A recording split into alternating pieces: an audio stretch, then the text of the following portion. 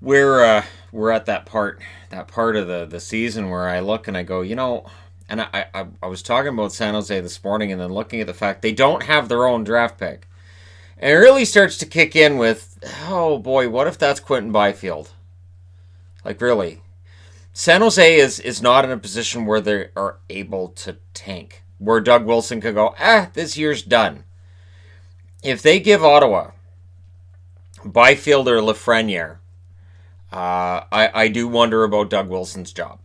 I do look at the way this team is constituted, and again, to me, it comes down to one simple decision he made this past spring: keeping Erik Karlsson on a contract that is way too expensive for Erik Karlsson. I like Erik Karlsson. I've got a Karlsson jersey. I love the guy. He was the best captain Ottawa's ever had, and I'm sorry, I know there's people who would say that's not true, but for me, he was the best captain they've had, and that's a good conversation to have later. But I didn't understand from San Jose's perspective why. When you already have Brent Burns in your lineup, why did you need Karlsson too? And then if you're keeping Karlsson at the expense of losing Joe Pavelski, who now that he's starting to pick up his game in Dallas, it's not a coincidence Dallas is starting to win as Pavelski gets more comfortable and he starts getting more ornery around the officials and he starts talking a lot more to his teammates. He is getting comfortable. The Sharks are not. The Sharks are 4-10-1. At home they're 2-4, and on the road they're 2-6-1. So it reminds me of the old Harry Neal quote: "We can't win at home. We can't win on the road. My failing as a coach is I haven't figured out another place for us to play." Paraphrasing. But it's a great quote, because it's true. And now Peter DeBoer wants him to be angry. We're being too soft. We got to get angry. And he sounds like Patches O'Houlihan. Got to get mean. He's going to be throwing wrenches at him during games. They've lost 5 in a row. So this is a situation where it looked like they might be digging their way out, and then they didn't. So we'll go through it from the start of the year. It's 15 games to this point, but it shows how in November they've continued. And if anything, they seem to be getting worse as we get into November from where they were in October. So October 2nd and 4th, they played Vegas. They don't like playing Vegas. They lost 4-1 in the first game. They had 2 goals against in the first 5:21 of that first period, and that was it. And in the second game, they were behind 2-0 after 1, and they were behind 4-0 after 2. So coming out of those 2 games, they're like, all right, we don't want to see Vegas for a while. And they don't. But we're coming up to the point where they're going to see him again. On the 5th, the next night, they went to Anaheim. That game was tied at 5 minutes and 44 seconds of the second period at 1, and the Ducks scored at 6:51. So it took 1 minute and 7 seconds for the Ducks to answer back. November 8th, so after a couple of days off, they go to Nashville. They lost 5-2, and it tied the worst start in franchise history for the San Jose Sharks. I have a feeling I know what season that was, as I have a video on this channel of truly awful seasons, and San Jose's second year is one of those truly awful seasons, and I'm thinking that's probably the worst start in franchise history. I know that right now this team is on pace to get more points than that one did, but that one didn't have anybody making the kind of money these guys make, and it wasn't expected to be a playoff team. So they come out of that Nashville game, and they're like, all right, we need to do something. So they bring back Patrick Marleau. Marleau is back. And in his first game back, things look great. Marleau is the first star and scores 2 goals of the game, or 2 goals in that game. He hasn't scored a goal since. So I'm not going to put anything on Marleau for this, but it worked basically very, very briefly. They won the next game. Versus Calgary, 3-1. They led 2-0 after 1, and Logan Couture was the first star of that game. Good news, Couture and Marleau, back-to-back games. They're prominent. They haven't been prominent since. This is an issue. And then versus Carolina, they won 5-2. Evander Kane scored at 17:19 and 19:43 of the first period, and he's the first star of the game. Right there, you're going, you know what? They're going to dig their way out. They had won 3 in a row after a really slow start to the season, so they're 3-4. And you know what? San Jose is going to dig their way out. They're going to be fine. If you don't include the Vegas games, they're 3-2 since then. They're going to be fine. Insert Buffalo. And in San Jose, the game-winning goal was scored with 7:45 left in the third period. And we're already having this conversation about how San Jose's not getting the saves when they need them. And we'll come to that part soon. Then they go to Buffalo 3 days later. They led 2-0 after the first period, and they lost in overtime. That game was crazy. That was an insane game.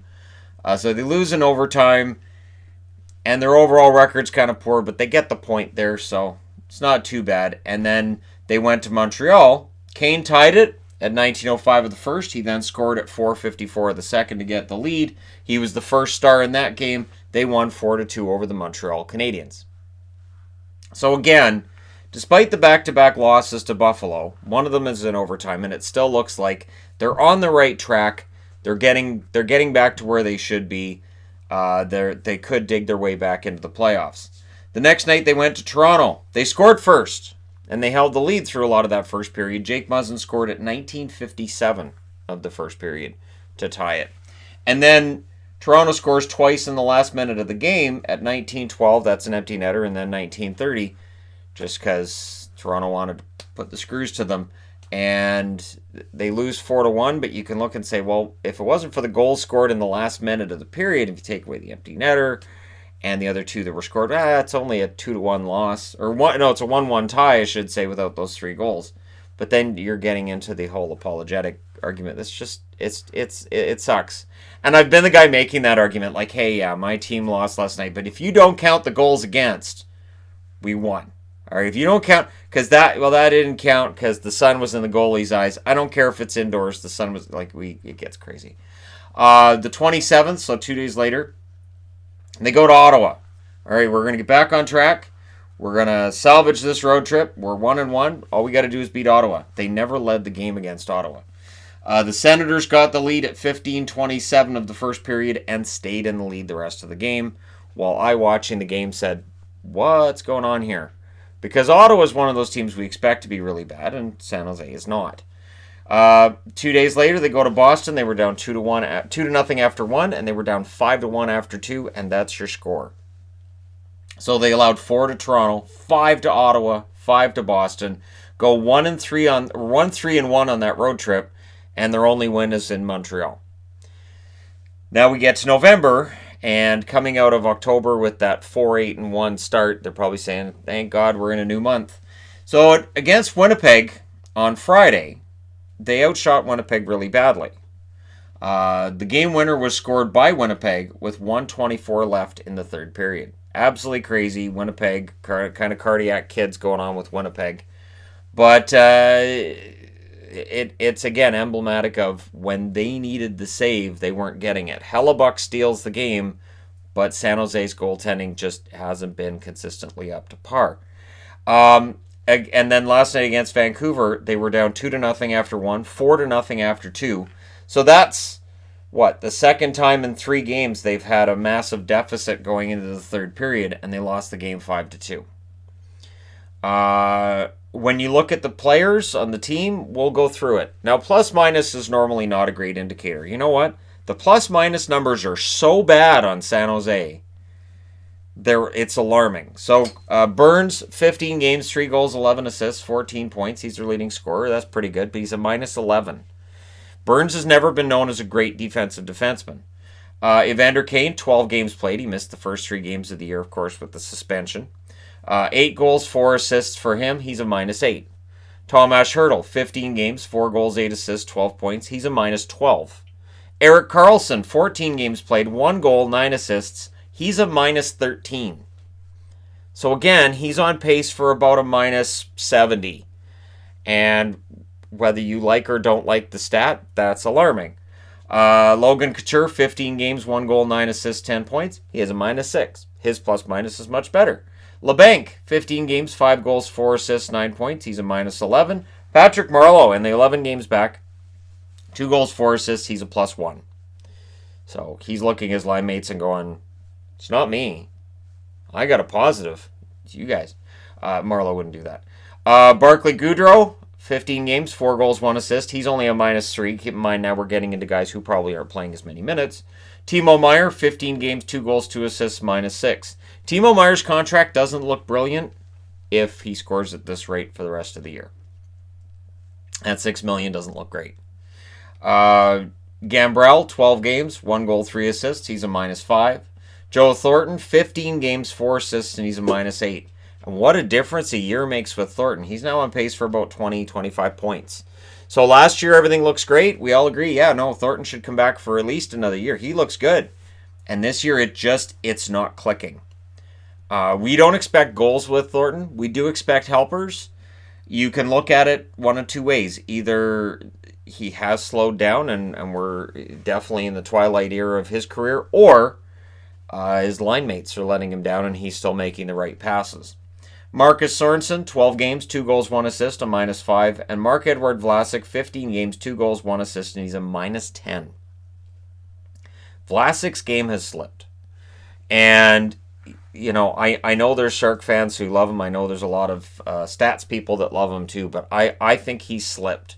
Now, whether it's because the crew around him isn't as good or whether it's something with his game that slipped, that's up to Doug Wilson to figure that out. But he has to figure this mess out because he doesn't have his first-round draft pick.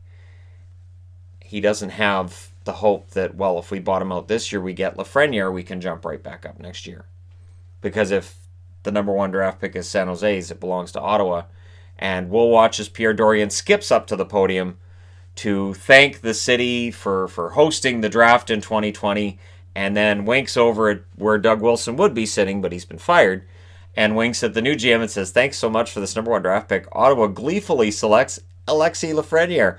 Oh, and I'm not leaving because our draft pick's number 2 and we draft Quentin Byfield. Yay! And then Eugene Melnyk goes running up. This was my plan the whole time, and he takes credit.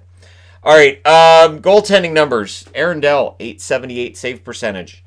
And Jones, .887. It's not good enough.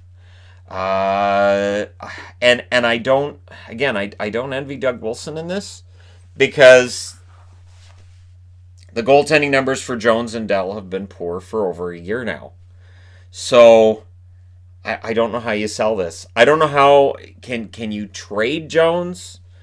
Can you move him? Do you move him for like Jake Allen from St. Louis? Like, what do you do? And I know there's San Jose fans saying, well, we've got a guy in the minors. Well, we've got this guy. There's this prospect. It'll be fine. But, again, for Doug Wilson, he needs to save his job. He's not looking at a guy in the American League and saying, it's fine. We'll crap out this year and I'll figure it out next year. Because there may not be a next year for him. This is potentially a disaster. When you look at the cap hit for Erik Karlsson, it's a disaster that could go on for a while. All you have to do is look at the LA Kings, look at how much money they're paying to veteran players, and realize, wow, we can end up in a really big situation here. Goal differential, they have a -20. They've allowed 56. They've scored 36. Only Detroit is worse with a -24.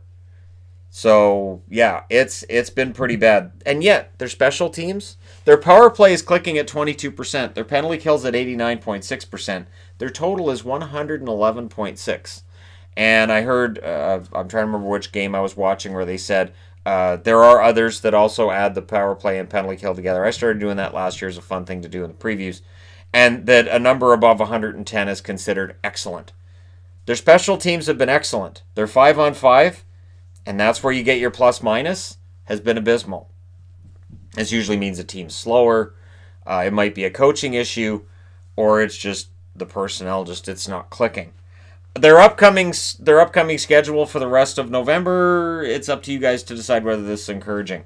Now, on the 5th, they're at home against Chicago. On the 7th, they're at home against Minnesota. Those are 2 winnable games. They can get 6-10-1. However, they're then at home against Nashville. Then they're at home against Edmonton. Those 2 are a little bit trickier.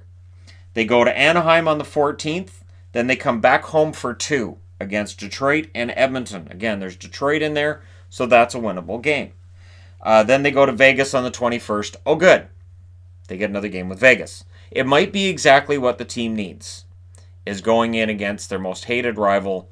And the problem is, if they're still playing poorly at that point, there's 1, 2, 3, 4, 5, 6, 7 games between now and Vegas. So if they lose 6 out of those 7, it's really not going to matter.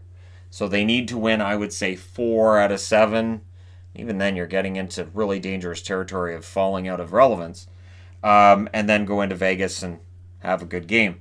Then they're at home against the Islanders. They go back out on the road. They go to LA. They come back home. They play Winnipeg and LA, so they got LA twice this month. And then the next night after playing at home against LA, they go to Arizona to end out the month. There's 15 games in 30 days in November for San Jose. This is not an easy schedule. And you've got a lot of guys who are veterans on this lineup. And this is where people will say, hey, you pay guys based on what they're going to do, not based on what they've done.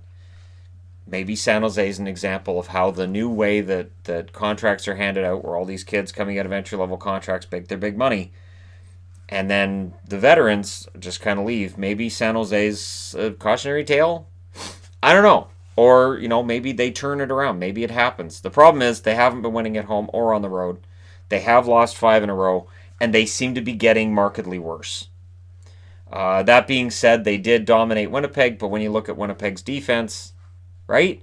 And I don't think Winnipeg fans are going to get mad at me for saying that. I don't think they're going to look at their top 6 and go, oh, no, this is a great defense. There are some alarming things, and I think number one might be trying to fix the goaltending that Doug Wilson over the summer said he had faith in. So again, this is all on Wilson, and Wilson's been in this job for a very long time, and I don't know how patient management's going to be if this team goes through this kind of a miserable season and they also don't have a first-round draft pick, especially if that is the draft pick that wins the lottery. Let me know your thoughts in the comment section below as always. Don't forget to hit like and subscribe if you're browsing your way through. You just happened upon this video. And hey, thank you guys so much for watching, for all your support. I'll talk to you again soon.